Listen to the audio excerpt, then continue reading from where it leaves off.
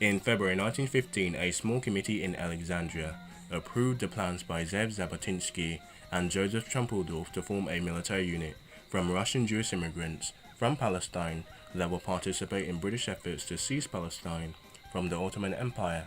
The British commander, General Maxwell, met a delegation held by Jabotinsky on the 15th of March. The general said he was unable, under the Army Act, to enlist foreign nationals as fighting troops, but he could form a voluntary transport Mule Corps. Jabotinsky rejected the idea and left to Europe to seek other support for a Jewish unit, but Trumpeldorf accepted it and began recruiting volunteers from among the Jews in Egypt who had been deported there by the Ottomans in the previous year. The British Army formed 650 of them into the Zion Mule Corps, of which 562 served in the Gallipoli campaign.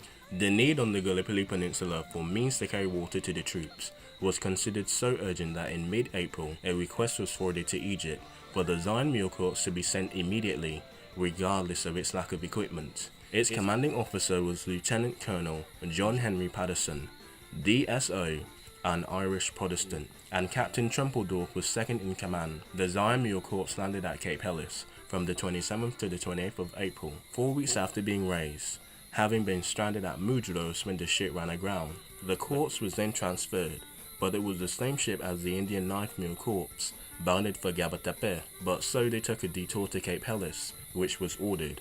The Zion Mule Corps and the Indian Mule Corps then disembarked on the heavy artillery fire from the Asiatic shores. With the help of volunteers from the Knife Mule Corps, they began carrying supplies forward immediately. A Distinguished Conduct Medal was awarded to Private M. Kurakowski, who was near Catherine on the 5th of May, prevented his mules from stampeding on the heavy bombardment. Despite being wounded in both arms, they delivered the ammunition. Trumpeldorf was shot through the shoulder, but refused to leave the battlefield. Patterson, the Protestant, then wrote a letter. Many of the Zionists whom I thought somewhat lacking in courage showed themselves fearless to a degree on the heavy fire, while Captain Trumpeldorf actually reveled in it, and the hotter it became, the more he liked it. The men returned to Alexandria on the 10th of January 1916. The Zion Mule Corps was disbanded on the 26th of May 1916, but they will come again on the Western Front. Between the dissolution of the Zion Mule Corps and the formation of the Jewish Legion, Jabotinsky and Trumpeldorf and 120 Zion Mule Corps veterans served together in 16 platoons of the 20th Battalion, London Regiment. Finally, in August 1917, the formation of a Jewish battalion was officially announced. The unit was designated as the 38th Battalion of the Royal Fusiliers and included British volunteers, as well as members from the former Zion Mule Corps and a large number of Russian Jews. In 1918, it was joined by the 39th Battalion, raised at Fort Edward, Nova Scotia, which was almost made up entirely of Jews that were residents of the United States or, of course, Canada. Thousands of Palestinian Jews also applied to join the Legion, and in 1918 more than 1,000 were enlisted. 92 Ottoman Jews had been captured in the fighting earlier and were also permitted to enlist. This group was organized as the 40th Battalion. The 41st and the 42nd Battalions were depot battalions stationed in Plymouth, England. In his memoirs about the Legion, Jabotinsky describes the composition of the 5,000-member Legion as 34% from the United States, 30% from Palestine, 28% from England, 6% from Canada, and 1% from Ottoman war prisoners or Ottoman Jews, 1% from Argentina as well. The soldiers of the 38th, 39th, and later the 40th Battalion of the Royal Fusiliers served in the Jordan Valley and fought the Ottomans north of Jerusalem, the Holy City. The Jewish Legion was so prominent that they got their own veterans ribbon. In June 1918, the volunteers of the 38th Battalion began engaging the Ottomans, some 20 miles from Jerusalem. In the fighting in the Jordan Valley, more than 20 legionnaires were killed, wounded, or captured. The rest came down to malaria, heat, and other natural causes of death in the desert, and 30 of this group later died. The Legion then came under the command of Major General Edward Clotar, who commanded the Anzac Mounted Division and was slightly incorporated into the Anzac Mounted Division. Besides various skirmishes in the Jordan Valley, the Legion also participated in the Battle of Medigo in mid-September 1918, widely considered to have been the final and decisive victory on the Ottoman front, and the last successful cavalry charge of the modern era. The Legion's mission was to cross the Jordan Valley. Jabotinsky led the effort. Later, he was decorated, and Charlton told the Jewish troops, by forcing the Jordan fords, he have helped no small measure to win the great victory to gain Damascus. Almost all members of the Jewish regiment were discharged immediately after the end of World War I in November 1918. Some of them returned to their respective countries, others settled in Palestine to realize their Zionist aspirations.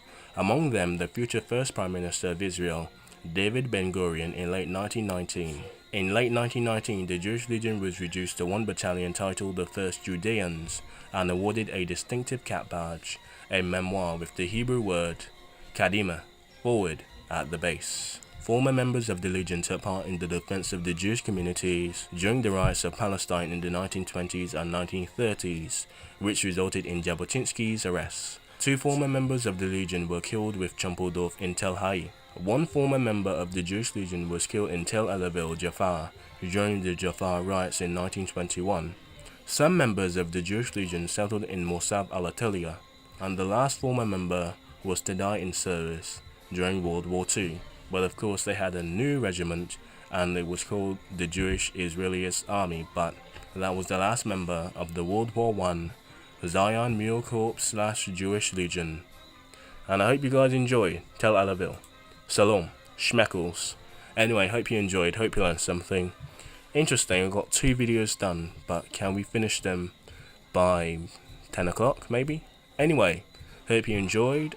Jordan Valley tomorrow, and we'll talk about more of a skirmish rather than the country itself, because technically it was part of Syria, but the raids in the Jordan Valley and crossing the Jordan Valley and capturing El Salt, not really a tale, but the Jordan Valley kind of like Czechoslovakia, so tales from the Jordan Valley, or it won't be a Minority Report, but it would be something along those lines, like, you know, the raids of Transjordan or something like that. Anyway, hope you learned something. Battery's about to die, but you want to do something fun. Let's list all these Jewish people. Alright, John Henry Patterson, he was his Zion Camille Corps. Alright, let's name some of the notable Jews before we go, because Jews are pretty cool sometimes. Most times. Anti-Semitic? Maybe? I mean, if black people can be called anti-Semitic, there's no winning for anyone. Anyway, John Henry Patterson, Gaston Agon, Nathan Abzibel, Yakan Benziv, Abraham Albert Davidson. Interesting. There's a guy called Back during World War II, a RP warden, a later businessman in London, just a Back. Yordadon Yohakavo Dori Hanagan, Maxwell H. Dubin, Sir Jacob Espin, Levi Escol, Lewis Fisher, Elihu Golorum, Dr. Hissa Lobui Gordon, David Gordon, later Ben Gurion, first Israeli Prime Minister, well done. Nakom Gatum, Israel Hafayafield, Israeli painter, interesting. Dopoz, Zionist activist and Hangara fighter, interesting. Bendin Joseph, later Dov Yosef. Bul Kazanoson, Revu Kazanoson, probably related. Bert Yank Levy, I think from Spain, military instructor for the British Home Guard, who served in the basis of Popular Handbook. Oh, he made a popular handbook called Guerrilla Warfare, so you will see his name in the Warfare series for guerrilla warfare, of course. Gordon Murr, let's see, James Amen de Rothschilds, interesting. Ruthless N. Solomon, Edward Herbert Solomon, 2nd Division, 2nd Viscount Samuel, Musin Salamasi, Edward Springley, and Irza Suhangnik. And those are all the Zionists, the Jews, of World War I and World War II. And the Jews would face triumph even in their homeland, and especially in Germany in World War II. But those are stories and darker times for another day. Hope you guys learned something, and I don't know, Jordan tomorrow maybe? We'll see. Anyway, hope you learned something and enjoy the video. And my Hebrew was on point. Don't talk shit. And those pronunciations were on point. Mostly. Anyway guys, shalom. Go away. Shoo shoo. Schmeckles.